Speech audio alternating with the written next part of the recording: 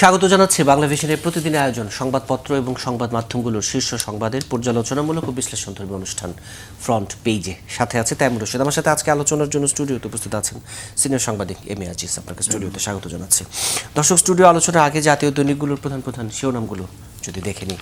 দৈনিক সমকালের প্রধান শিরোনাম, মেয়াদ শেষের আগে রাষ্ট্রপতির পদত্যাগ, দেখালেন অসুস্থতা, রাষ্ট্রপতি পদে আলোচনায় বিএনপির 4 জ্যেষ্ঠ নেতা। আজকালের মধ্যে বঙ্গভবন ছাড়বেন বিদায়ী রাষ্ট্রপতি। আছে 60 দেশে নতুন মার্কিন শুল্ক বাংলাদেশের উপর 10% আরোপ। দৈনিক প্রথম আলোর প্রধান শিরোনাম, রাষ্ট্রপতি পদ ছাড়লেন শাহাবুদ্দিন, বিস্ময় নিয়ে এসেছিলেন, বিতর্ক নিয়েই বিদায়। বাংলাদেশ সহ 60 দেশের পণ্যে আবারও শুল্ক আরোপ যুক্তরাষ্ট্রের, এ নিয়ে আছে দৈনিক প্রথম আলোর প্রধান খবর। দৈনিক ইত্তেফাকের প্রধান শিরোনাম, রাষ্ট্রপতির পদত্যাগ, দায়িত্বে স্পিকার, বাংলাদেশ সহ 60 দেশের উপর নতুন শুল্ক আরোপ যুক্তরাষ্ট্রের। দৈনিক কালের কণ্ঠের প্রধান শিরোনাম, রাষ্ট্রপতির পদত্যাগ, দায়িত্বে স্পিকার, রাষ্ট্রপতি নির্বাচনের সাংবিধানিক পথেই এগোবে বিএনপি। পদত্যাগপত্রে যা যা লিখেছেন শাহাবুদ্দিন, এই নিয়ে আছে প্রতিবেদন। এবং সর্বনিম্ন শুল্ক স্তরে বাংলাদেশ, ট্রাম্পের নতুন বাণিজ্য পদক্ষেপে সুবিধাজনক অবস্থানে ঢাকা। দৈনিক যুগান্তরের প্রধান শিরোনাম, অবশেষে গুঞ্জনই সত্য হলো, রাষ্ট্রপতি শাহাবুদ্দিন অধ্যায় শেষ, বিতর্কে শুরু, বিতর্কেই সমাপ্তি, শেখ হাসিনার সঙ্গে কথা বলাই কাল হলো। এবং দেশে দেশে সরকার বিরোধী অভিনব আন্দোলন, জেনজির উত্থান কি বার্তা দিচ্ছে, আচ্ছা যুগান্তরের প্রতিবেদন। দৈনিক আমার দেশের প্রধান শিরোনাম, হাসিনার দোসর চুপ্পুর বিদায়, ভারপ্রাপ্ত রাষ্ট্রপতি হাফিজ, স্পিকারের দায়িত্বে কায়সার। দৈনিক বাংলাদেশ প্রতিদিনের প্রধান শিরোনাম, 90 দিনের মধ্যে নতুন রাষ্ট্রপতি নির্বাচন হবে, পদত্যাগ করলেন শাহাবুদ্দিন, হৃদরোগ, উচ্চ রক্তচাপ, ডায়াবেটিস ও কিডনি জটিলতা এই সিদ্ধান্ত, অচেতন হচ্ছেন তিনি মাঝে মধ্যেই। এবং ভারপ্রাপ্ত রাষ্ট্রপতি হলেন হাফিজউদ্দিন, তিনি বলেছেন মাফিয়া আমলে নির্বাচিত হলেও জনগণের সরকারের সমর্থন ছিল তার। এবং এই নিয়ে যে প্রতিক্রিয়া তা নিয়েও আছে দৈনিক বাংলাদেশ প্রতিদিনের প্রতিবেদন। দৈনিক কালবেলার প্রধান শিরোনাম, শাহাবুদ্দিনের পদত্যাগ, দায়িত্বে হাফিজ, বিএনপির ভরসা প্রশাসকরা, এখানে 13 সিটিতে যে ভোট হবে তা নিয়ে একটি প্রতিবেদন ছাপিয়েছে দৈনিক কালবেলা। দৈনিক দেশ রূপান্তরের প্রধান শিরোনাম, রাষ্ট্রপতির পদত্যাগ, দায়িত্বে স্পিকার, নীরবে শেষ বঙ্গভবন অধ্যায়, স্বৈরাচারের কালো ছায়া সরে গেছে বলছে জামাত। আর এনসিপি বলছে শাহাবুদ্দিনকে সেফ এক্সিট দেয়া যাবে না, গ্রেফতার ও বিচারের দাবি খেলাফত মজলিসের। দৈনিক বণিক বার্তার প্রধান শিরোনাম, মোহাম্মদ শাহাবুদ্দিনের পদত্যাগ, ভারপ্রাপ্ত রাষ্ট্রপতি হাফিজউদ্দিন আহমদ, অসুস্থতার কারণ দেখে পদত্যাগ করেছেন রাষ্ট্রপতি, বলেছেন হাফিজউদ্দিন আহমদ। এবং জোরপূর্বক শ্রমের অভিযোগে নতুন শুল্ক আরোপ, যুক্তরাষ্ট্রে বাংলাদেশি পণ্য রপ্তানিতে কার্যকর শুল্ক অন্তত 25%। দ্য ডেইলি স্টারের প্রধান শিরোনাম, Shahabuddin resign citing health concerns, who will be next president, প্রতিবেদন আছে। এবং gas crisis depends countries Reliance on fertiliser imports. এবং দ্য ডেইলি অবজারভারের প্রধান শিরোনাম, প্রেসিডেন্ট শাহাবুদ্দিন রিজাইন্স। এই ছিল দৈনিক পত্রিকাগুলোর প্রধান শিরোনাম। সিনিয়র সাংবাদিক এম এ আজিজ।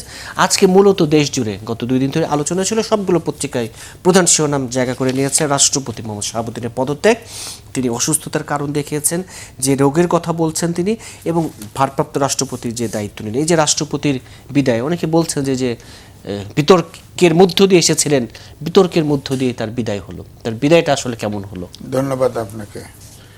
বিতর্কের মধ্য দিয়ে তিনি আসেন নাই, তিনি ছিলেন, তাকে রাখা হয়েছিল। হ্যাঁ, এক পক্ষ অবশ্য এনসিপি আন্দোলন করেছিল তাকে সরিয়ে দেওয়ার, সেটা হয় নাই, কিন্তু বিএনপি ওপেন তাকে সমর্থন দিয়েছে, তাকে থাকতে বলেছে, সুতরাং তিনি নিজে থাকেন নাই। 1, 2, এখন যেটা বলা হচ্ছে যে মিডিয়াগুলোতে আসছে ওপেন, যদিও অফিসিয়ালি স্বীকার করা হয় নাই, তাকে কিন্তু রিজাইন করার সিগন্যাল দেওয়া হয়েছে, যদিও তিনি স্বাস্থ্যগত কারণ দেখিয়েছেন। এটা স্বাভাবিক। হ্যাঁ, স্বাভাবিক। আমিও এখানে আসতে না করলে স্বাস্থ্যগত কারণ দেখাইতে পারতাম, এরকম আর কি। তো স্বাস্থ্য কারণ দেখিয়েছেন, এখন তিনি বিদায় হবেন। এখন প্রশ্ন হচ্ছে তার আবার গ্রেপ্তার চেয়েছে, তার জন্য সেফ এক্সিট না হয়, তা আপনার যে দল রেখেছে সেই দল এখন 2/3 মেজরিটি, কেন সেফ এক্সিট দিবে না?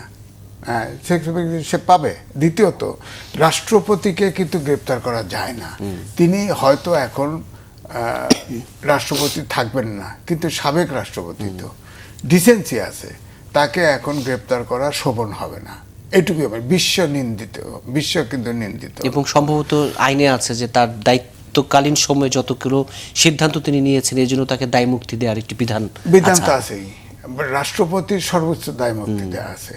হ্যাঁ, আপনারা অন্যকে দায় মুক্তি, যেমন এনসিপির জুলাই যোদ্ধাদের দায় মুক্তি দেওয়া হয়েছে, মুক্তিযোদ্ধাদেরকেও 71 সালে দায় মুক্তি দেওয়া হয়েছিল। সেটা তো আইন করে, প্রজ্ঞাপন জারি করে আইন করে করা হয়েছে। আর রাষ্ট্রপতির অলরেডি আছে দায় মুক্তি, তাকে গ্রেপ্তার করা যায় না। এখন তিনি, আমার জানা নাই তিনি এখন সাবেক, এখন গ্রেপ্তার করা যাবে কিনা তা জানি না। তবে ভারপ্রাপ্ত স্পিকার, তার রাষ্ট্রপতি, তার বক্তব্য তো শোনা গেছে, তিনি কিন্তু বোঝাই যাচ্ছে যে তিনি তার মনে করেন যে তিনি তো বলেছেন গতকাল ব্রিফিংয়ে যে মাফিয়া আমলে নির্বাচিত হলেও এই যে নির্বাচিত যে সরকার, অর্থাৎ যে নির্বাচন, সেখানে তার সমর্থন ছিল ওপেন। আপনার সংসদে সরকারের পক্ষ থেকে, অর্থাৎ বিএনপি সরকার যেটা লিখিত সাপ্লাই দিয়েছে সেটি সে পড়েছে, সেখানে তো বিএনপির বক্তব্যই উত্থাপন করেছে। সুতরাং আমি তার কোনো মেজর কোনো দোষ দেখছি না। হ্যাঁ, শেখ হাসিনার সাথে আপনার দোষর খুঁজলে তো এই দেশের অনেক লোককে দোষর পাবেন, এই দোষর খুঁজে বের করা তো মুশকিল। হ্যাঁ, কে দোষর কে দোষর না। আমার কথা হচ্ছে যে সার্ভিসটা তো অন্তর্বর্তীকালীন সরকারের সময়ে বিএনপি মেজর পার্টি, তারা বলেছে এবং তিনি নিজেও বলেছেন যে বিএনপির চেয়ারম্যান তারেক রহমান তাকে থাকতে বলেছিলেন, বিএনপির ফখরুল ইসলাম আলমগীর তাকে থাকতে বলেছিলেন। এবং আন্দোলনের সময় যখন ওয়াল টপকায় যায় তখন কিন্তু নাহিদ ইসলামও বলেছিলেন আপনি অসুবিধা নাই, যারা গেছে তারা ফিরে আসবে, এটা আমরা জানি। তো এখন ভুল পাল্টালে তো হবে না। এবং যে আলোচনাটা বলা হয়, তিনি কিন্তু দেশের, আমি যদি ভুল নয়, একমাত্র রাষ্ট্রপতি যিনি তিনজন খুব অল্প সময়ের মধ্যে তিনজন মানে প্রধানমন্ত্রীকে শপথ পড়িয়েছেন, অর্থাৎ দুজন প্রধানমন্ত্রী এবং একজন অন্তর্বর্তী সরকার, অর্থাৎ শপথের যে বিষয়টি। এবং একটি কথা বলা হয় যে জুলাই গণঅভ্যুত্থান পরবর্তী যে একটি সাংবিধানিক বড় শূন্যতার শঙ্কার জায়গা ছিল, সেই জায়গাটিতে আসলে তিনি না, তাকে আমি মনে করব জাতি অর্থাৎ পলিটিক্যাল পার্টি তাকে যতটুকু ব্যবহার করা সম্ভব ব্যবহার করেছে। 106 অনুচ্ছেদে সুপ্রিম কোর্টের পরামর্শ নিয়েছে, তখন তো এই তরুণরা মপ করে তাদেরকে সেনানিবাসে পাঠিয়ে দিছিল। আমি যদি প্রশ্ন তুলি, এখন যে তাকে গ্রেপ্তার করতে চান, আর একটা সংকট তৈরি করতে চান, আমি যদি বলি 106 অনুচ্ছেদ বিচারপতি তো নাই, পাইলেন কোথায়? এটা নোট কোথায়? রায় কোথায়? হ্যাঁ, তারপরে আপনি এই রাষ্ট্রপতির কাছে ওইটার কারণে 6 তারিখে সংসদ বিলুপ্ত করলো। সংসদ বিলুপ্ত করলে তো প্রধানমন্ত্রীর পরামর্শ লাগে, প্রধানমন্ত্রী তো চলে গেছে পালায়া। হ্যাঁ, তো এই পরামর্শ কোথায় পেল? তারপরে ধরেন 138 অনুচ্ছেদ অনুযায়ী না 48 অনুচ্ছেদ অনুযায়ী এই সংবিধান অনুযায়ী ওত নিলেন এই সরকার, ইউনূস সরকার থেকে শুরু করে যারা অন্তর্বর্তীকালীন সরকারের সবাই ওত নিয়েছেন। হ্যাঁ, তো 1 2 হলো আপনার প্রত্যেকটা ইউনূস সাহেব সহ সবগুলো উপদেষ্টা তার নিয়োগপত্র গ্রহণ করেছেন। রাষ্ট্রপতি নিয়োগপত্র দিয়েছে, তাদেরকে নিয়োগ দিয়েছে, অর্থাৎ সেটা অধ্যাদেশ 133টা জারি হয়েছে, এটাও মেনেছেন। তো তাহলে তার তো ব্যবহার করেছেন, আমি বলবো সে তো এই সরকারকে দেশের শূন্যতা তৈরি হতে দেয় না, সাংবিধানিক শূন্যতা। তাহলে তো ওই মুহূর্তে প্রধানমন্ত্রী পালায় গেছে, রাষ্ট্রপতিও যদি চলে যেত, স্পিকার তো নাই, কি করতেন বলেন? আমি তো মনে করি যে আমরা ওই সময়ে রাষ্ট্রের ভ্যাকুয়াম তৈরি না হয় তার জন্য রাষ্ট্রপতির ভূমিকা আছে এবং সেটা স্বীকার করা উচিত। এইটাই আমি বলবো। এই যে বিরোধী দলে আছে যারা, তারা এই জন্য কিন্তু অনেকটা এভাবে বলতে চান যে বিএনপির আসলে যখন প্রয়োজন ছিল তখন রাষ্ট্রপতিকে ব্যবহার করেছেন, এখন প্রয়োজন শেষ হয়ে গেছে দেখেই সরিয়ে দিয়েছেন। আপনি কি ঠিক এইভাবেই বলবেন? না, এইভাবে দেখেন কিনা বিষয়টা? একটা সরকার, রাষ্ট্রপতি রাষ্ট্রপ্রধান, সেখানে তার লোক লাগবে তো। সরকার তো চাইলেই যখন খুশি তখন চাইবে তো। ওনাকে হয়তো রিকোয়েস্ট করেছে, আমরা জানি না, রিকোয়েস্ট করেছে আপনি থাকেন, থাকছে। এখন যদি সরকার মনে করে যে আমার নিজস্ব রাষ্ট্রপতি দরকার, তাকে রিজাইন করতে বলতে পারে, পরামর্শ দিতে পারে, তিনি রিজাইন করবেন। হয়তো যদি দিয়েও থাকে সেটা তো অপরাধ না। এখন তার রাষ্ট্রপতি নিয়োগ করবেন, তার সরকারের পছন্দ মতো নিয়োগ করবেন, এটাও ঠিক। জি, কিন্তু ইয়েতে এখন এনসিপি যেই মানে পথে হাঁটছে যে তার বিচার করতে হবে, সেফ এক্সিট দেওয়া হবে না, এতে নতুন করে কোনো অসন্তোষ বা মানে কোনো সমস্যা দানা বাঁধবে কিনা? যদি এই প্রশ্ন আসে, সরকারি দল তো বলছে থাকতে, আর যদি সরকারি দল যদি বলে এই রাষ্ট্রপতিকে মব সন্ত্রাস করতে গেছিলেন কেন? তখন তো উপদেষ্টা পরিষদও সমর্থন দেয় নাই, ওপেনলি সমর্থন দেয় নাই। আপনারা অনেক জায়গায় ভাঙচুর করছেন, অনেক জায়গায় ভেঙে দিয়েছেন, সে জায়গায় তো নীরব থেকেছে, এখানেও নীরব থেকেছে। আপনারা করেছেন, তখন বের করতে পারেন নাই, এখন কি বিচার করবে? বিচারটা তো সরকার যেটা 2/3 মেজরিটি সরকারে আছে তার মতো করেই হবে। আমার বক্তব্য হচ্ছে, একটি দেশে দেখেন শেখ হাসিনা, ফ্যাসিস্ট শেখ হাসিনা যখন ক্ষমতায় আসে তখন বেগম হোসেন মোহাম্মদ এরশাদ এবং জিয়াউর রহমানের সরকার ব্যবস্থাকে সে নাকচ করে দিতে চাইছে, এবং এটা কোর্টের মাধ্যমেই, আইনের মাধ্যমেই। কিন্তু দেখেছে যে রাজনৈতিক শূন্যতা তৈরি হয়, অর্থাৎ রাষ্ট্রীয় শূন্যতা তৈরি হয়। তখন তার যতটুকু প্রয়োজন ততটুকু রেখে দিছে, যতটুকু বাতিল করা দরকার বাতিল করে দিছে। তো আপনি রাষ্ট্রের শূন্যতা তো তৈরি করতে পারবেন না। আমি জনগণ, আপনি জনগণ, আপনি বলেন 106 অনুচ্ছেদের পরামর্শ কোথায় পেল? উনি যিনি বললেন তার বিচার করতে হবে, তিনি কেন এই রাষ্ট্রপতির কাছে ওত নিলেন? তিনি কেন নিয়োগপত্র নিলেন? তিনি কেন তার ঘোষিত অধ্যাদেশগুলো অ্যাকসেপ্ট করলেন? হ্যাঁ, তিনি ওত নিলেন কেন? এই প্রশ্নগুলো তো জনগণ করবে। হ্যাঁ, আমার কথা হচ্ছে, যা ঘটার ঘটে গেছে। অভ্যুত্থানের শক্তি পার্লামেন্টে, রাজনৈতিক শূন্যতা তৈরি হয়েছিল, তাকে ব্যবহার করে সেই শূন্যতা আমরা কাটিয়ে উঠতে পেরেছি। নতুন করে কোনো রাজনৈতিক শূন্যতা, অর্থাৎ দেশের রাষ্ট্রীয় শূন্যতা তৈরি হোক, এটা আমরা চাই না। জি, আপনি নিশ্চয়ই দেখেছেন যে তার বিদের পরপর থেকে যেই আলোচনাটা আরেকটি হচ্ছে যে কে হবেন নতুন রাষ্ট্রপতি, নানা আলোচনা। এই যে পত্রিকাটি সামনে আছে যে রাষ্ট্রপতি পদে আলোচনায় বিএনপির 4 জ্যেষ্ঠ নেতা। আপনার কাছে কি মনে হয় কে হচ্ছেন? আপনার কাছে কি খবর, কে হচ্ছেন রাষ্ট্রপতি, কার হওয়া উচিত রাষ্ট্রপতি? আমার কাছে খবর নাই। আমি সাংবাদিক, মিডিয়ার থেকেই শুনি, মিডিয়াতে তুমুল জল্পনা কল্পনা চলছে। যেমন একটা পর্যায়ে মন্ত্রী পরিষদ সচিব তিনি রাষ্ট্রপতি হবেন আলোচনায় আসছে। আমি যে কথা বলেছি, অন্য একটা টেলিভিশনে বলেছি যে দেখেন, তিনি আমলা, অত্যন্ত দক্ষ আমলা, অত্যন্ত বিশ্বস্ত আমলা, কোনো সমস্যা নেই। কিন্তু বিরাট রাজনৈতিক দল, অনেক সিনিয়র মন্ত্রীরা মন্ত্রী হন নাই, উপদেষ্টা হয়ে পড়ে আছে, কেউ কেউ মন্ত্রী হয়েছে। এখন আপনার পুরা লিডারশিপকে বাইপাস করে একজন আমলাকে রাষ্ট্রপতি বলবেন, তাহলে কি বিএনপির মধ্যে জটিলতা তৈরি হতে পারে না? সুতরাং আমার কথা হলে, তিনি তো আমলা।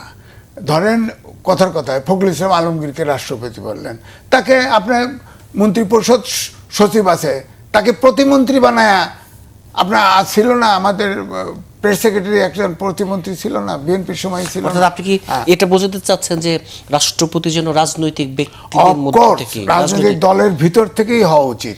নইলে বিরাট রাজনৈতিক দল, এই দলের ভিতরে কিন্তু কোঅপারেশনের অভাব ঘটে যেতে পারে। আমার কথা হলো, তিনি আমলা, তিনি প্রয়োজনে আরো উচ্চ মর্যাদায় প্রতিমন্ত্রী স্ট্যাটাস দিয়ে ওনাকে বঙ্গভবনেই নিযুক্ত করা হোক। পরামর্শ, যে কাজগুলো ওনার কাছে প্রত্যাশা করা হচ্ছে সেই কাজগুলো বঙ্গভবন থেকে করবে, সমস্যা তো নাই। ওখানে মন্ত্রী পরিষদ সচিব আরেকজনকে রিপ্লেস করে নেবে। কিন্তু আমি মনে করি এত বড় পার্টিতে, ধরেন এই যে মন্ত্রী ক্যাবিনেট হয়েছে, ক্যাবিনেটের সময় তো অনেক সিনিয়র কর্মকর্তা তো মন্ত্রী হতে পারেন। আবার প্রেসিডেন্ট হওয়ার সময় স্থায়ী কমিটির অনেকেই তো এখনো আছেন যারা মন্ত্রী উপদেষ্টা কিছু হয়ে আছে। তো সুতরাং আমার মনে হয় যে রাজনৈতিক দলের যদি লিডারশিপ দুর্বল হয়, এর জন্য তো ব্যক্তি দায়ী না। রাজনৈতিক দুর্বলতা নেতৃত্ব তৈরি করতে পারে নাই। কিন্তু রাজনৈতিক দলকে বাইপাস করে যদি একটা আমলাকে যদি আপনার রাষ্ট্রপতি করা হয়, অর্থাৎ রাষ্ট্রপ্রধান করা হয়, তাহলে কিন্তু সংকট পার্টির মধ্যে তৈরি হতে পারে। আগামী 90 দিনের মধ্যে তো পরিষ্কার হয়ে যাবে কে রাষ্ট্রপতি হচ্ছেন। যিনি রাষ্ট্রপতির দায়িত্বে আসেন না কেন, যিনি রাষ্ট্রপতি হন না কেন, তার জন্য সবচেয়ে বড় চ্যালেঞ্জ কি হবে সামনের? চ্যালেঞ্জ তো অনেক। সামনে সর্বাঙ্গে ঘা মলম লাগাবেন কোথায়? সামনে নির্বাচন আছে। আমি বলি, দুর্নীতি হচ্ছে ভয়াবহ সংকট। শিক্ষা এখন বিজ্ঞানের যুগে, কিন্তু এই জায়গায় রাষ্ট্রপতির আসলে ভূমিকা রাখার সুযোগ আছে কিনা? আমাদের যেই সাংবিধানিক যেই না, রাষ্ট্রপতি যদি, যেটা বলা হয়েছিল, বিএনপির তো 2030 ইয়েতে বেগম খালেদা যেই বলছিল রাষ্ট্রপতি এবং প্রধানমন্ত্রীর ক্ষমতার ভারসাম্য, যেটা এবার ঐকমত্য কমিশনে আলোচনা আসছে। এটা যদি হয় একরকম, আর যদি না হয় পরামর্শই হয়, কিন্তু রাষ্ট্রপতি ধরেন ফখরুল ইসলাম আলমগীর রাষ্ট্রপতি হলেন, তার ইনফ্লুয়েন্স নাই, ইনফ্লুয়েন্স করবে, ইনফ্লুয়েন্স করে এগুলো করবে। যেমন ধরেন ইয়াবা তো ভয়ঙ্কর সংকট তৈরি হয়েছে, সামাজিক যে অবক্ষয়, সন্ত্রাস, দুর্নীতি, এগুলো তো শিক্ষা, এগুলো তো ঠিক করতে হবে। এগুলো ঠিক না করতে তো, যেটা আমি বলি যে অভ্যুত্থানে অন্তত শেষ দাবি ছিল, যখন রাজনৈতিক দলগুলো পিছনে নেমেছে, বলেছে ফেসিবাদের বিলোপ চাই। ফেসিবাদের বিলোপের যদি ধরি, তার উল্টা অর্থ ধরি, তাহলে মানবিক বাংলাদেশ নাই বেচাইলাম, কিন্তু গণতন্ত্র, আইনের শাসন, সুশাসন তো চাইতে পারি। তো এখন যদি আপনি বিচার বিভাগকে ঠিক না করেন, সুশাসন প্রত্যেকটা প্রতিষ্ঠানে, সরকারি যত প্রতিষ্ঠান আছে সেখানে যদি ঘুষ দুর্নীতি বন্ধ না করতে পারেন, তাহলে তো সুশাসন কায়েম হবে না। রাষ্ট্রপতির একটি বড় দায়িত্ব থাকে, তিনি তো আসলে পুরো দেশের এক ধরনের অভিভাবক।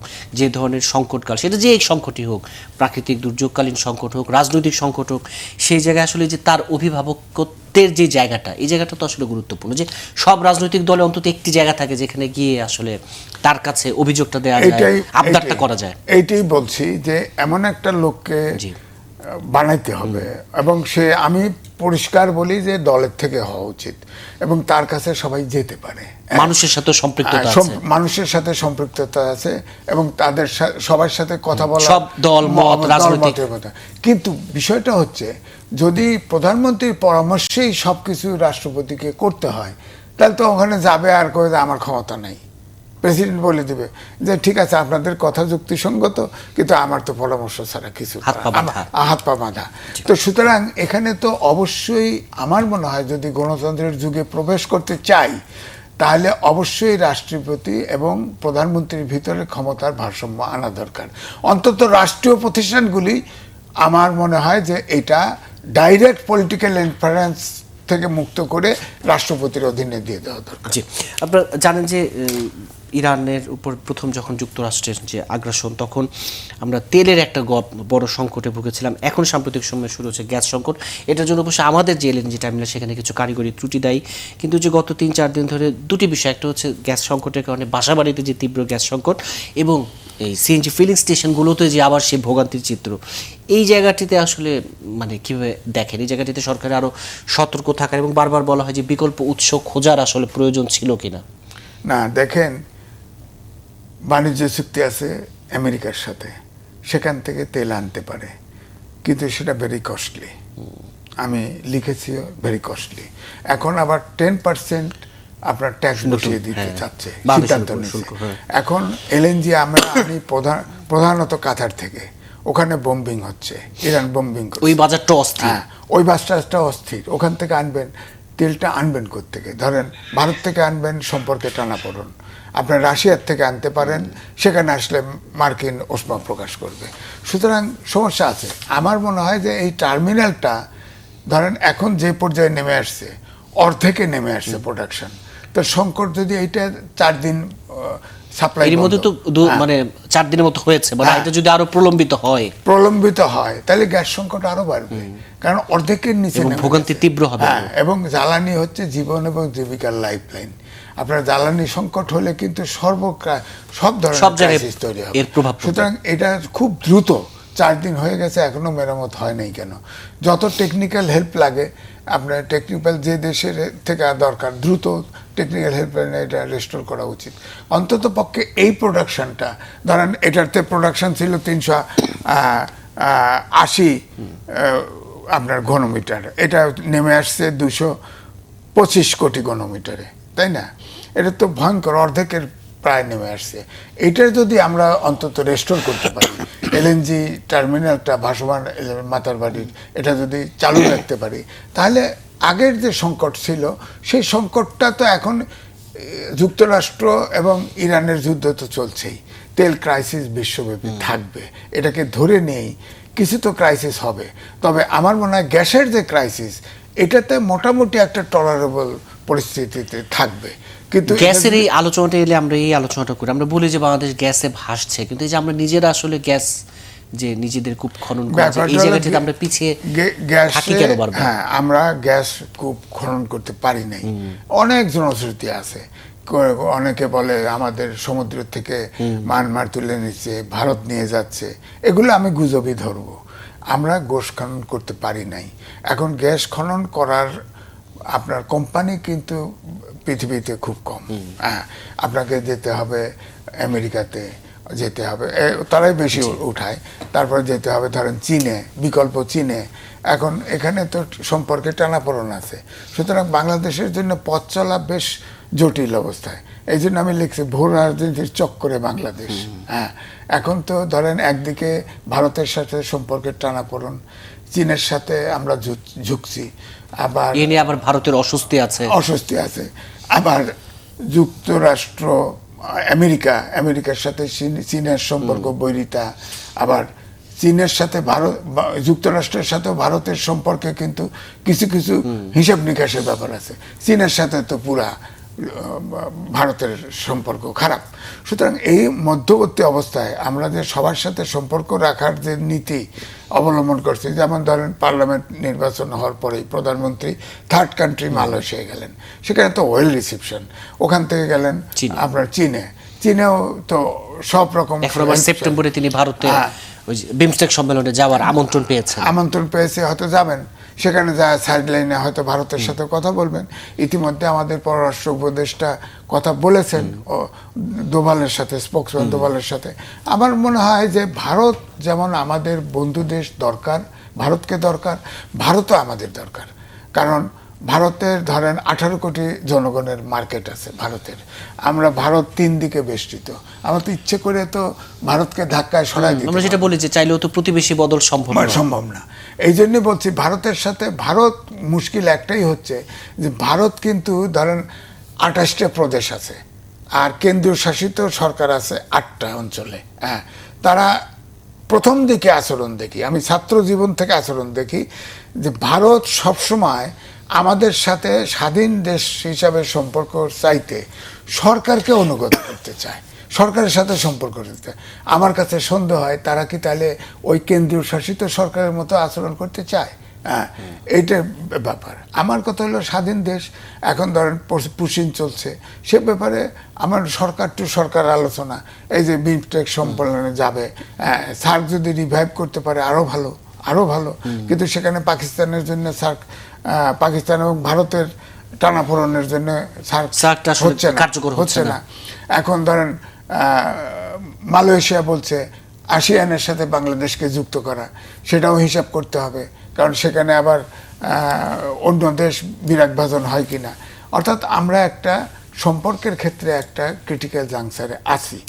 আপনি নিজেও ভারতের প্রসঙ্গে যাচ্ছেন, একটু ভারতের প্রসঙ্গ দিয়ে আলোচনা শেষ করতে চাই। ভারতের শিক্ষার্থীদের যে আন্দোলন চলছে আজকে পর্যন্ত, অর্থাৎ শনিবার বিকেল পর্যন্ত মোদী সরকার সময় নিয়েছে যে শিক্ষামন্ত্রী পদ ত্যাগের বিষয়ে সিদ্ধান্ত নিতে। এই যে একটি পত্রিকা খবরও ছিল যে দেশে দেশে জেনজির উত্থান আসলে কি বার্তা দিচ্ছে, এবং ভারতের যে ছাত্র আন্দোলন, দেখেন ভারতে একটা আন্দোলন হচ্ছে, যদি আন্দোলনটা কিন্তু বিশাল আন্দোলন, তাই না? আপনার সংসদ ভবন থেকে দেখা গেছে সোনিয়া গান্ধী, তারপরে রাহুল গান্ধী, তারপরে প্রিয়াঙ্কা গান্ধী, তারপরে আরো একজন অখিলেশ, তাদেরকে গ্রেপ্তার করা হয়েছিল, আবার ছেড়ে দেওয়া হয়েছে। এবং নরেন্দ্র মোদী সে আপনার তার ভবন থেকে, সংসদ ভবন থেকে দূরে চলে গেছিল। এখন সচিবকে কিন্তু অলরেডি পদত্যাগ করানো হয়েছে, শিক্ষা সচিবকে। শিক্ষার্থীরা বলছে যে মন্ত্রীর পদত্যাগ ছাড়া আসলে তারা মানবে না। শিলপাটার ঘষাঘষি মরিচের কাম সারা, সেক্রেটারি সাহেবকে বাদ দিলে হবে এই আন্দোলন? কিন্তু আমার বিবেচনাটা এইটাই যে ধরেন এটা কিন্তু অনেকেই বলে যে ভারত বৃহত্তর গণতান্ত্রিক দেশ, আমি কিন্তু তা মনে করি না। এটা হিন্দুত্ববাদী সরকার, কিন্তু এটার টেকনিক্যাল সমস্যা হচ্ছে এখানে 28টা প্রদেশ আছে এবং 8টা কেন্দ্রীয় শাসিত অঞ্চল আছে। আপনি একটা প্রদেশকে যদি অবরুদ্ধ করেও ফেলেন তাহলে কিন্তু সরকার পতন করানো খুব কঠিন। আর ওখানের আন্দোলনে আপনি দেখেন আমাদের ফেসিবাদের সময়, গণ আন্দোলনের সময় যে টার্গেট করে করে কিলিং হয়েছে, গণহত্যা, ওখানে কিন্তু পুলিশ সেই আচরণটা করে নাই। সেখানে লাঠিচার্জ, কাঁদুনে গ্যাস, ওটাতেই তারা বিক্ষুব্ধ হয়েছে, লাঠিচার্জ খুব মর্মান্তিকভাবে করেছে। এখন তারা ঠেকানোর জন্য চেষ্টা করবে। আমার মনে হয় ফাইনালি এই আন্দোলন, ধরেন শিক্ষামন্ত্রী রিজাইনই করলো, পরে আর একজন বানায় নিল, আমার মনে হয় এই আন্দোলনটা ডাইট ডাউন হয়ে যাবে। মানে কিন্তু অনেকে এভাবে বলতে চায় যে হ্যাঁ, তবে এটা একটা মোদী সরকারের জন্য আসলে কত বড় ধাক্কা, মোদী সরকার না, ভবিষ্যৎ সরকারের জন্য একটা বিরাট বাধা। মানে ভারতে এত বড় দেশ, এই যে একটা অনলাইন মেসেজের ভিতরে আন্দোলন তৈরি হয়ে গেল, ককরোচ পার্টি মেসেজে আন্দোলন সব এসে জমায়েত হয়েছে।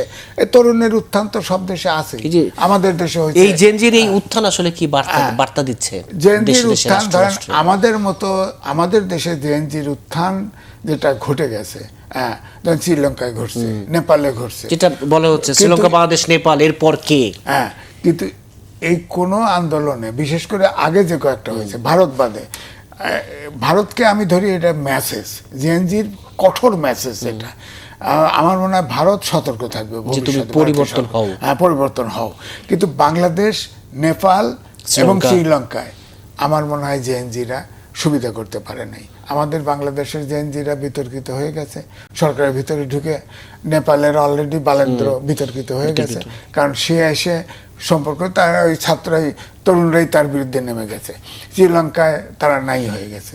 শ্রীলঙ্কা শিক্ষিত দেশ, বুঝছেন না, সে দেশ তো অর্থনৈতিকভাবে দাঁড় করে ফেলছে, ওখানের গভর্নরই দাঁড় করে ফেলছে একা, তার ক্রেডিটই বেশি। সুতরাং আমার বলা যে আমাদের জেএনজি যেটা বলা হচ্ছে, এই দক্ষিণ এশিয়ার সব জায়গায় বিদ্রোহ ঘটে যাবে, সব জায়গায় ঘটলে সুবিধা হবে বলে মনে হয় না। কারণ আমাদের দেশে ধরেন ইউনূস, ডক্টর মোহাম্মদ ইউনূস ক্ষমতায় আসার পরেই আপনার ক্ষমতার স্বাদ পাওয়াই দিয়েছে, প্রত্যেকটা মিনিস্ট্রিতে ছাত্র বসায় দিয়ে, এবং লেখাপড়ার দিকে নেই, সব তরুণরা মন্ত্রী এবং এমপি হতে চায়।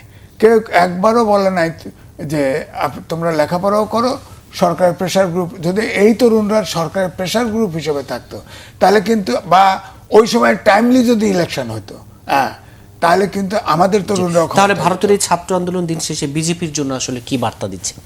বিজেপির জন্য আপনি বলছিলেন যে তাদের হিন্দুত্ববাদী যে চরিত্র, এখান থেকে আসলে এটা পলিটিক্স তারা ছাড়বে না, কিন্তু হয়তো আমার কাছে মনে হয় এটা সময় লাগবে, কিন্তু বিজেপির সময় শেষ হয়ে আসতেছে আমার কাছে মনে হচ্ছে।